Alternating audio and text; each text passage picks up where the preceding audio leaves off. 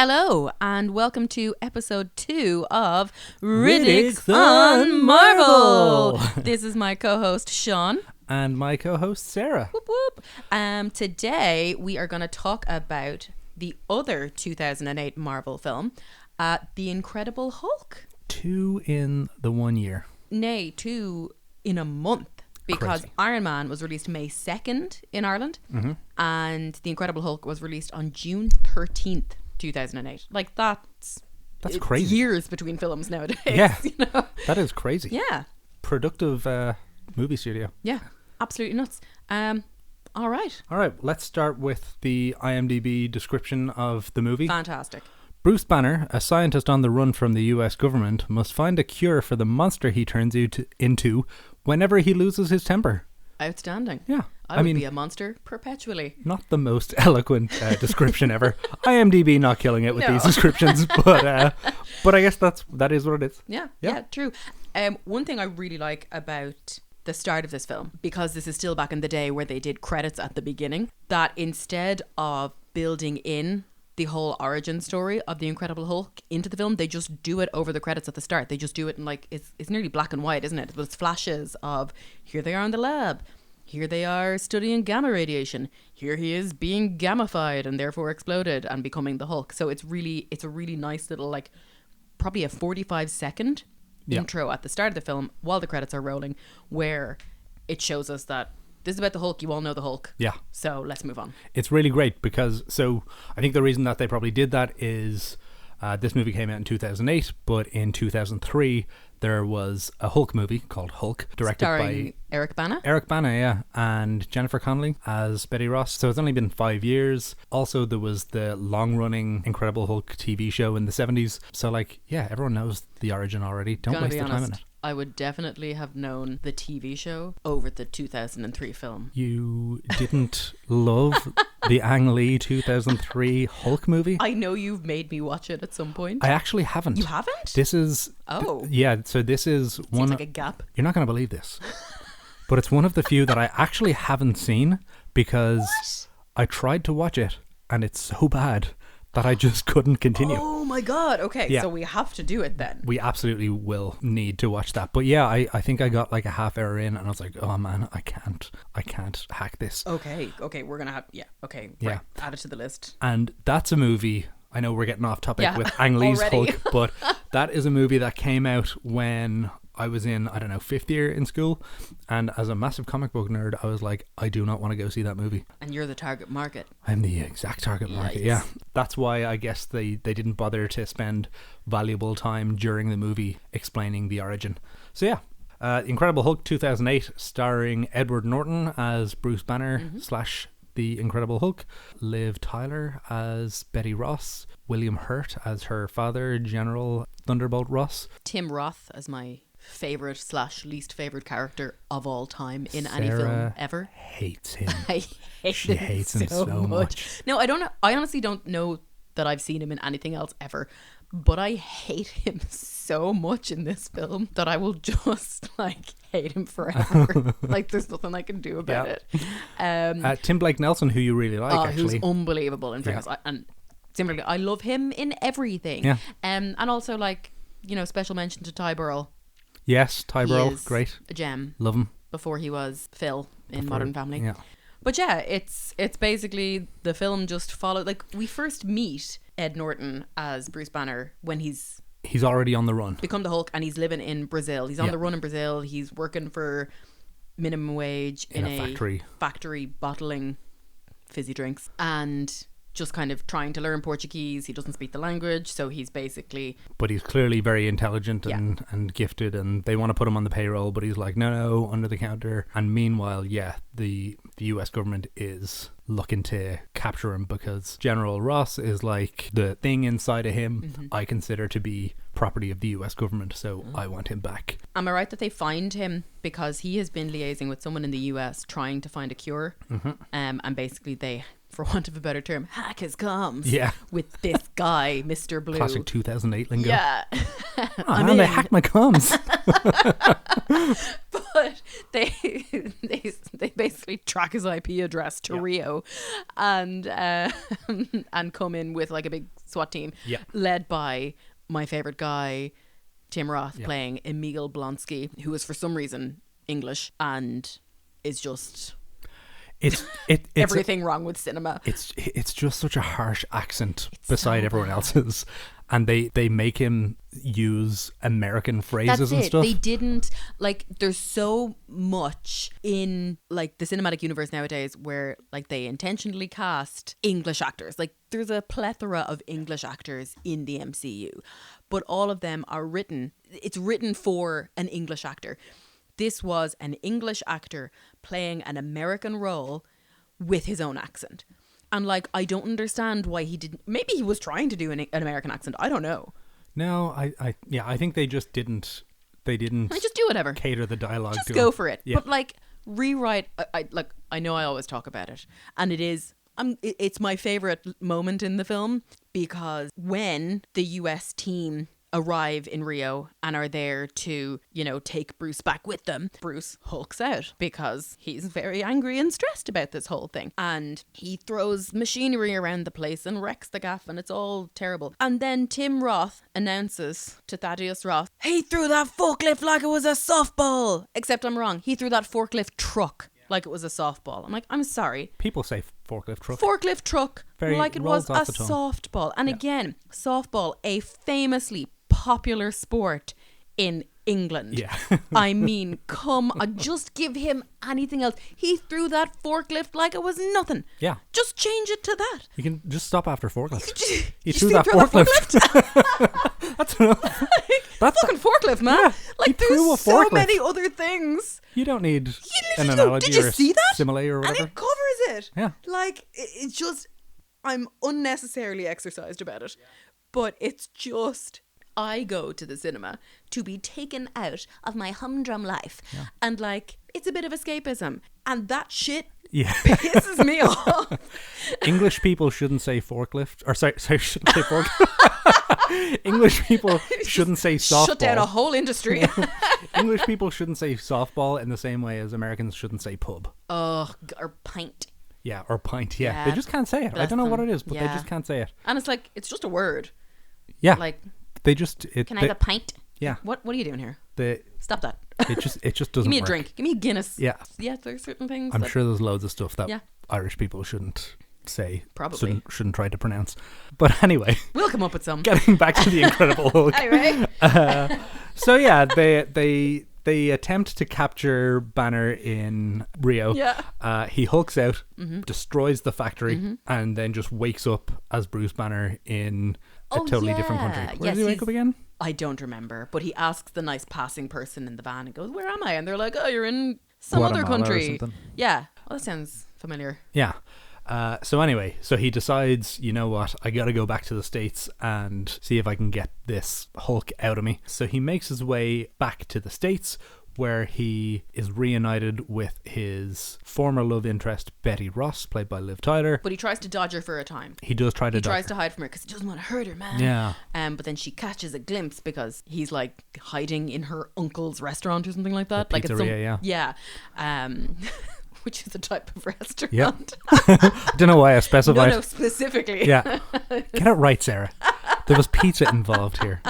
There's a lot of cool stuff in this. Like the guy who owns the pizzeria was the voice of Bruce Banner in like an animated or a radio series or something in the 80s. I like when they do that. Yeah. And then he later goes and like infiltrates the college where he has like stored his research or whatever by posing as a pizza delivery guy, and he delivers. The security guy at the college is Lou Ferrigno. Nailing this. Yeah, this is rolling off the tongue. Yeah, Lou Ferrigno gets. But am I right that Lou Ferrigno also does the voice of Hulk in this?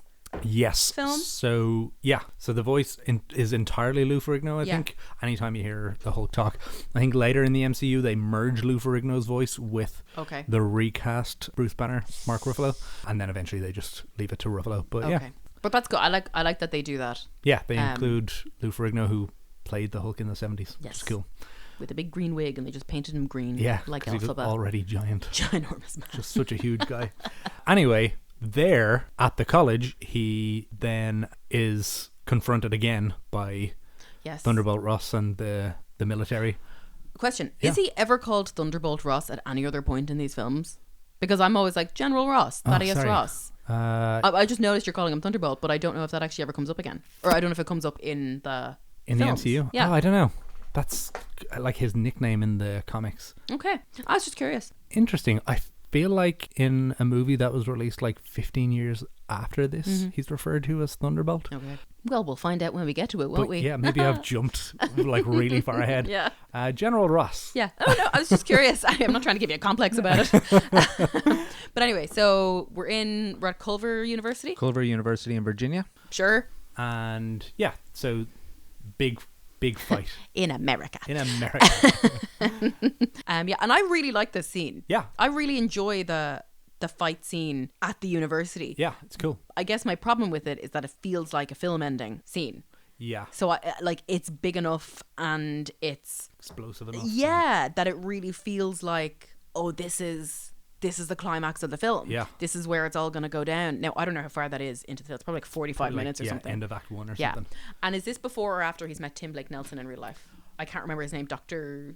Samuel Stern. Thank you. Do you know, I can't remember. And actually, we skipped over that. We're nailing this. We skipped over that Tim Roth's character then is injected with some... Oh, shit. That early? Yeah. Oh, I thought that was way later. Yeah, so after their skirmish in Brazil... Right. He is given a version of a super soldier serum that they reference had been created during World War II. I thought that came later for some reason. Yeah, because at the university he's like almost holding his own against the Hulk until the Hulk just like kicks him and he's like demolished.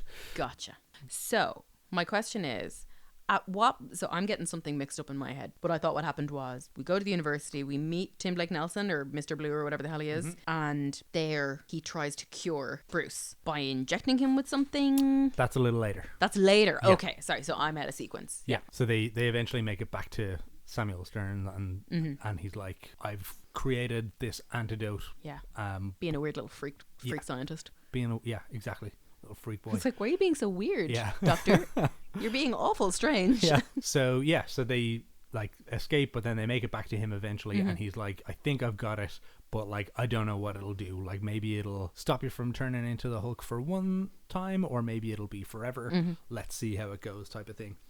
By that point of the movie, then Tim Roth's character Blonsky has become obsessed with the power that the Hulk wields, right, and wants it for his own. So he becomes a little bit of a freak boy too. A lot of freak boys in this show. Boys. So it works. The antidote or serum or whatever stops Banner from hulking out. Okay. But then the military arrive and they capture him, and Blonsky forces Dr. Stearns to give him the formula as well to make him more powerful. The same formula? I don't know. Different formula? Inject me with something. Yeah. Come on. I'm here. Shove it in. Whatever. Give me something, man. So he like injects him with, I don't know, some sort of gamma hero infused crap. radio. Yeah. Some sort of hero crap. And it definitely does not work and turns Blonsky into a massive creature called the Abomination. The Abomination. Yeah. Who goes big on, ugly lizard guy. Yeah. Yeah. And he goes on a rampage in Harlem. Yeah. How'd they get to New York? I don't know. I've no idea. I know that at some point Bruce jumps from a helicopter. For some reason, Thaddeus Ross is like, Betty, Ed Norton, get in the helicopter. Betty and Ed Norton. Get in the helicopter. We're going for a fly. And then they go for a fly over. Like they just bring these two civilians on this military exercise.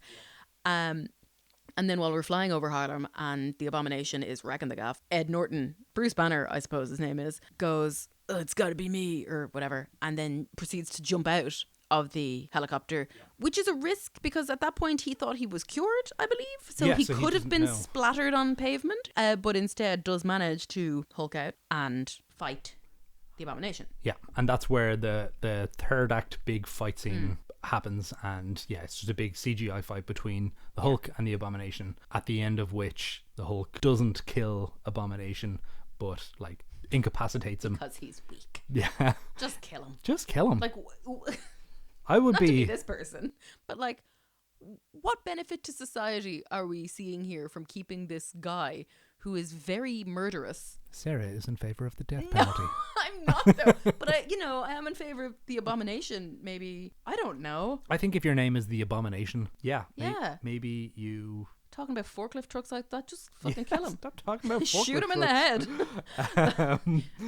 I often, in films generally, when they're like, no, I won't kill you, I'm better than that. It's like, no, you're not. Just fucking end him. Yeah. Get her done. Yeah. How many Let's how wrap many it up. people is he going to kill later because you like, let him go? This is a total aside, right? I was listening to a podcast the other day. I listen to many true crime and paranormal podcasts. I have a great time with them.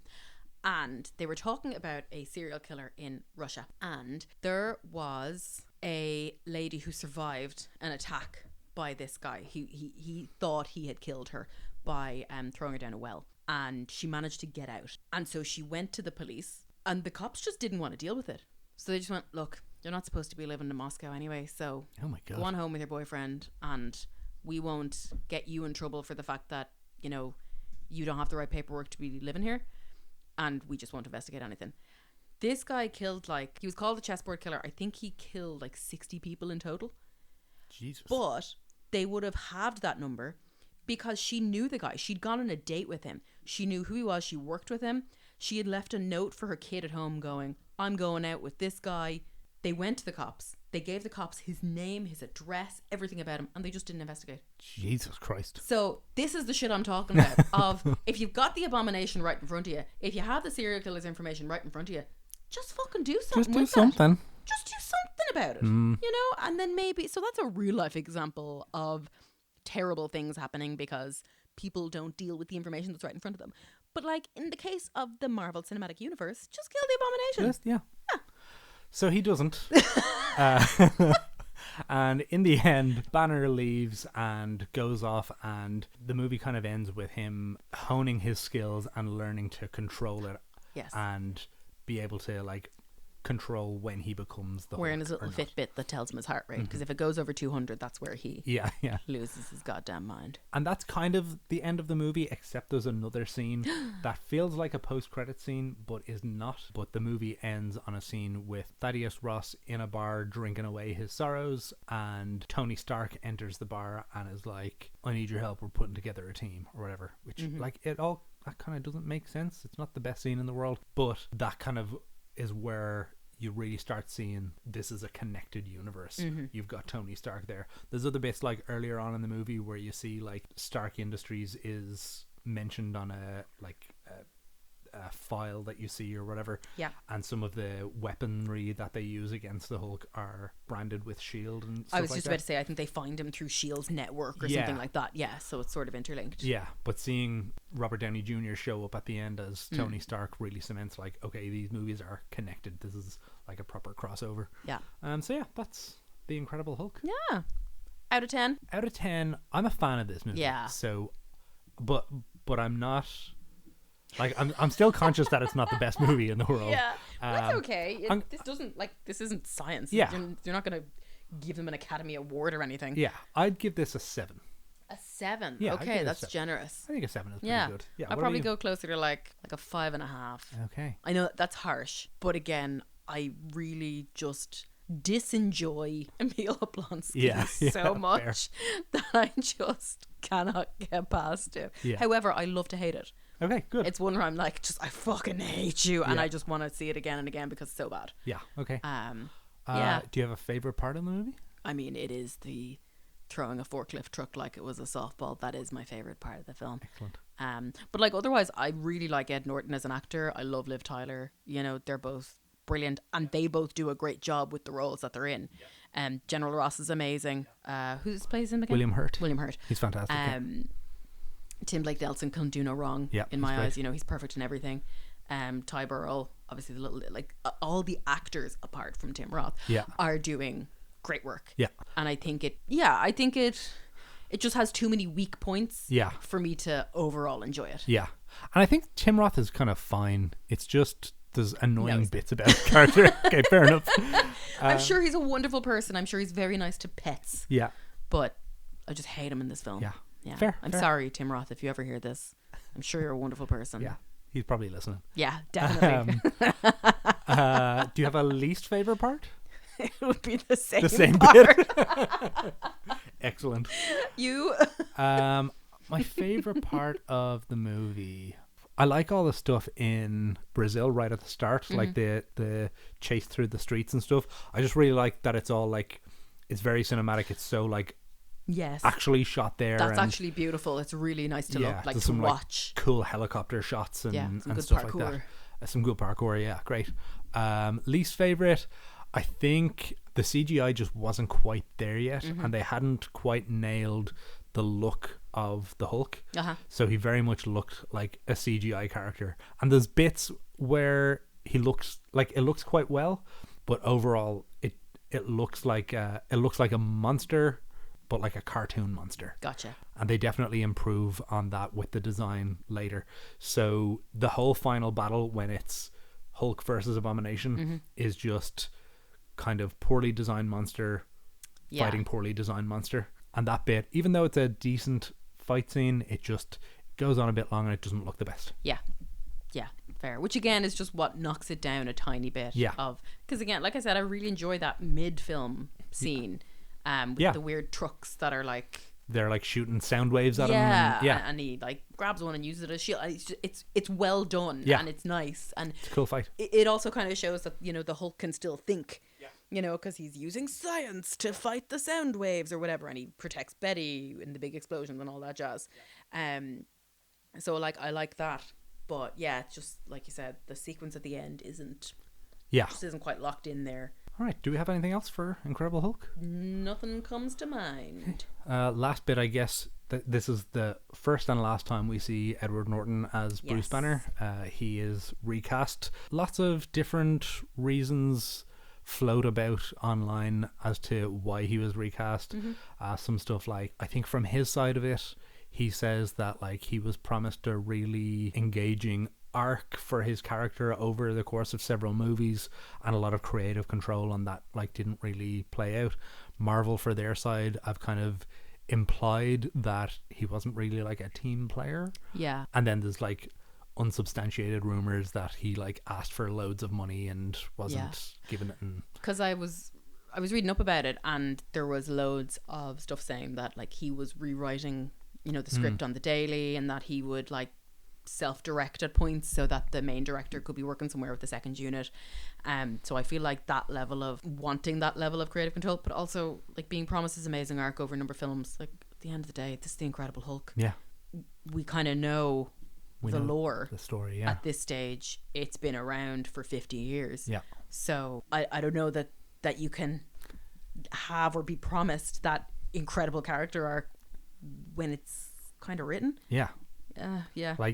Incredible Hulk 1962, I think. Created by Jack Kirby and Stan Lee. Like the stories have been told.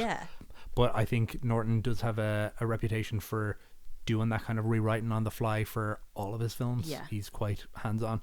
But anyway, he's a good actor. This is the last time we see him. I like this movie. It's not the best, but I like it. All right. With that, Riddick's out. Thanks for listening to this episode. You can find us on Instagram at Riddicks_on or email us at riddicksonpodcast@gmail.com. Feel free to leave us a review wherever you're listening to this podcast and share it with a friend. We'll see you next time.